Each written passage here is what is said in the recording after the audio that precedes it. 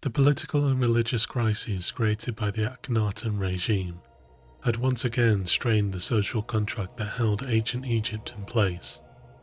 Worship the pharaoh, build his temples, his tombs, and he will guarantee safety, order and justice. What could be worse then than a pharaoh that imposes revolution, chaos and blasphemy upon his own people? The remedy, as in times past, was a divinely ordained palace coup. The ancient Egyptians were never so pious as when justifying regime change. Akhenaten's son, Tutankhamun, had begun the counter-revolution during his reign, destroying temples and statues to the Aten, repairing those dedicated to Amun. His name was also changed. Tutankhaten became Tutankhamun. Yet the young king's parents were brother and sister, and he, like so many of his predecessors, died young. This gave the general Horemheb the opportunity he had been waiting for to seize the throne for himself. Of course, court propagandists were quick to spin the usual tale.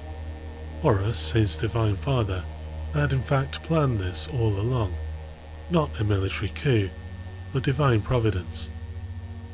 All references to Akhenaten and his wife Nefertiti were destroyed, tombs and temples smashed. Even Tutankhamun was written out of the king's list, lest the stench of the Aten heresy linger even a little. Such was the effectiveness of this historical revisionism, that in time all memory was erased. This is why the golden treasures of Tutankhamun's burial chamber are so unique. They survived intact because the tomb robbers of ancient Egypt forgot that they ever existed. The general, now Pharaoh Horemheb, came from a harsh world. Life in the Egyptian army was brutal. Rations barely kept you alive. Beatings were commonplace. Desert, and your family would be imprisoned until you rejoined your regiment. After battle, record the numbers of dead by cutting off the hands or genitals of each fallen soldier, to be counted later. It was this rigid discipline that Horemheb imposed upon Egypt. Officials guilty of corruption would be exiled and have their faces mutilated. Judges guilty of perverting the course of justice were executed. Justice was, of course, whatever Horemheb said it was.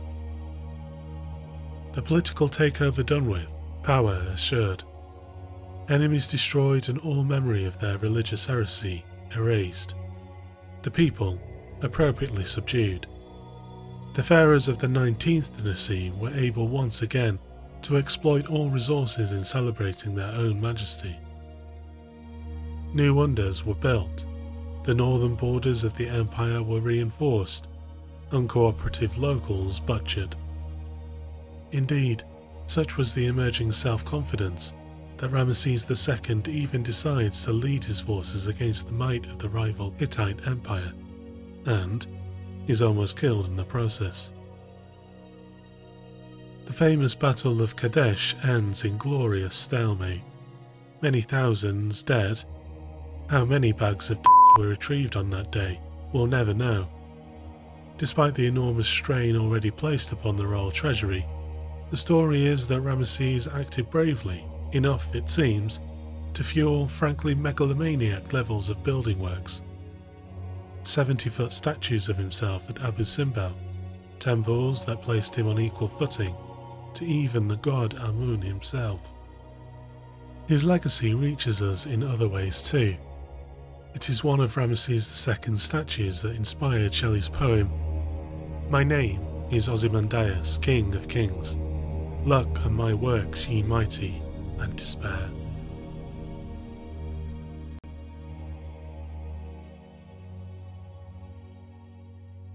We also find reference to Ramesses II in the Old Testament. It is likely that Hebrew workers were employed in the building of his enormous royal palaces at Pi Ramesses and Pithom, places mentioned in the book of Exodus. Here, the pharaoh attempts to kill all newborn Israelite males. God curses the Egyptians with the 10 plagues of Egypt, and Moses leads the Israelites out of Egypt across the Red Sea. Libyans, Nubians, and the mysterious so-called Sea Peoples, migrating armies fleeing disease and famine in the surrounding Mediterranean, attack and are defeated. Survivors are impaled while still alive on giant spikes.